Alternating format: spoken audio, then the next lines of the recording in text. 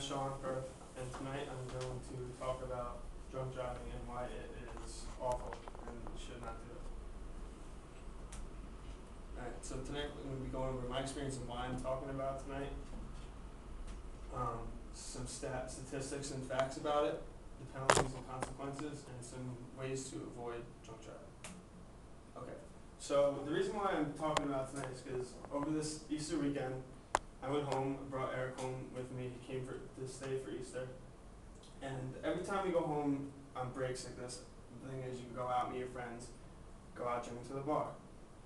Well, it never really occurred to me about drunk driving and everything like that. So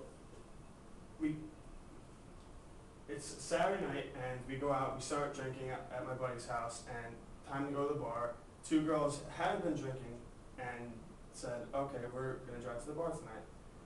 And they drove us to the bar. We were at the bar from about 10 o'clock until 1:30 when last call was called. And both these girls had been drinking the entire night that we were there. And when the night came down, the last call got called, everyone was saying, all right, we're going to leave. And no questions were asked about calling a cab, nothing like that. It was, these girls are driving, it's okay, no one was worried about them driving drunk.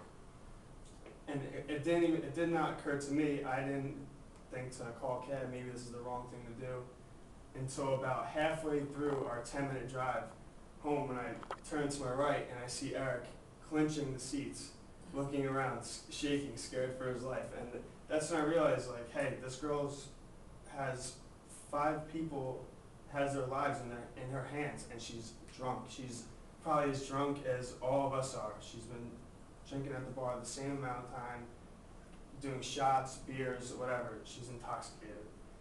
And I looked around and I could see that she was definitely impaired, and it scared me. My life was in danger.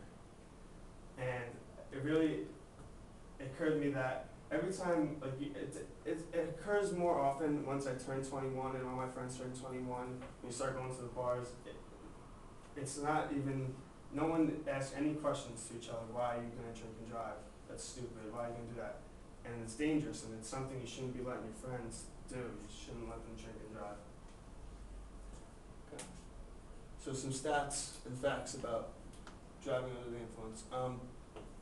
Statistics have been started to be recorded for drunk driving since 1982.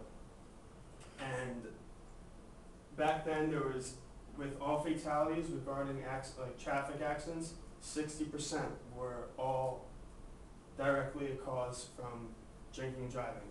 Now, with the end in 2000, the stats say 2009, it has dropped from 60 to 37% are directly influenced from the alcohol consumption. And this is because there's been laws being passed.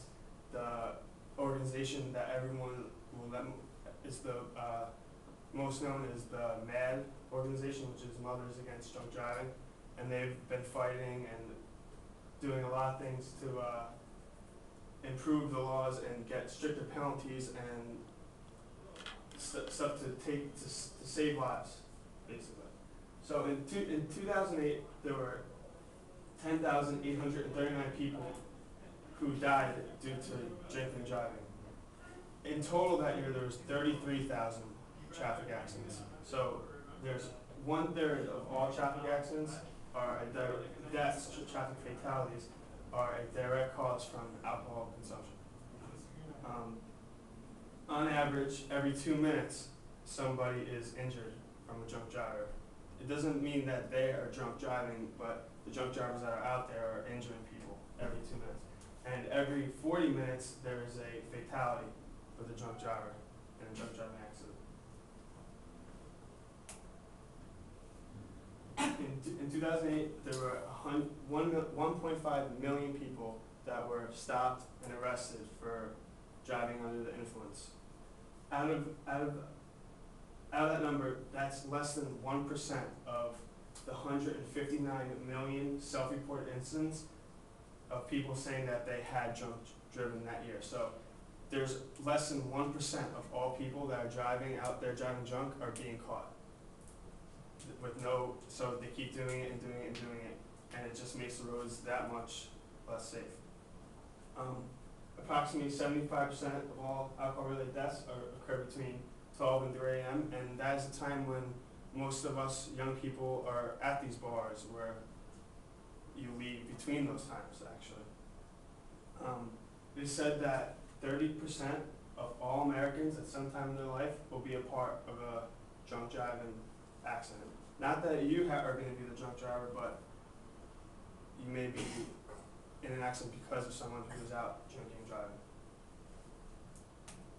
Okay, penalties and consequences. So everyone knows that when you get stopped, what's in everybody's head is the first thing, oh, you're going to get a DUI or a DWI. Yeah, but that's not even the worst thing that is going to happen. You can kill somebody and everything, but they stay on your record, and it really means a lot to when you're trying to get a job and other things like that. If you're young and you get into one of these, you're going to lose your license for 6 months the first time, and up to 6 months the first time. And how are you going to get to classes? How are you going to get to work? How are you going to get anywhere? You're going to be a nuisance to your family, friends. They're going to have to drive you, and it's embarrassing. Court and lawyer fees alone.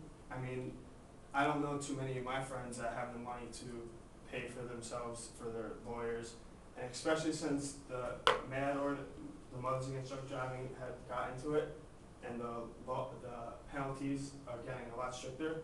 They need to pay lawyers, better lawyers that know the system and know about these that much more to get them out of jail time, or else they're going to be spending time in jail. Your insurance that you pay is going to skyrocket, and at our age now, who wants to be paying double or even triple the amount that they would be paying for God knows how long, for the rest of your life maybe. The physical pain obviously is, you can take a guess at that. You're either going to kill her, you or somebody else permanently, which is terrible. The emotional pain, if you say you were the person driving drunk and you hurt or killed somebody, what is that going to do to you? What is that going to do to their family? And actually, I was talking to my mom about this topic, and she was telling me that they had a candidate for this position that they were trying to fill, and they actually took it away because they did a background check and he had DUIs on his record, and that stopped him from getting the job he wanted. Okay, so some ways to avoid it. Obviously, the first one is don't drink and drive. Always have a designated driver. What I like to do is call my sister up and say, you're driving for that night, and that's it. But a friend who's not going to be drinking, that's a good way to go. Call cab or car service. That's easy, especially in my case that night was a 10-minute drive. What is that going to cost me? $6, maybe less if there's more people. That's way less than I'm going to be paying in court fees or everything else, emotional pain, physical pain, everything. And another way is just to help spread the word to your friends and family about how you feel about it, and maybe think about it. I know we've all been told since we got our license, or before that it's a terrible thing to do, but it happens a lot, and you'll notice it more and more if you take a look at it. Thank you.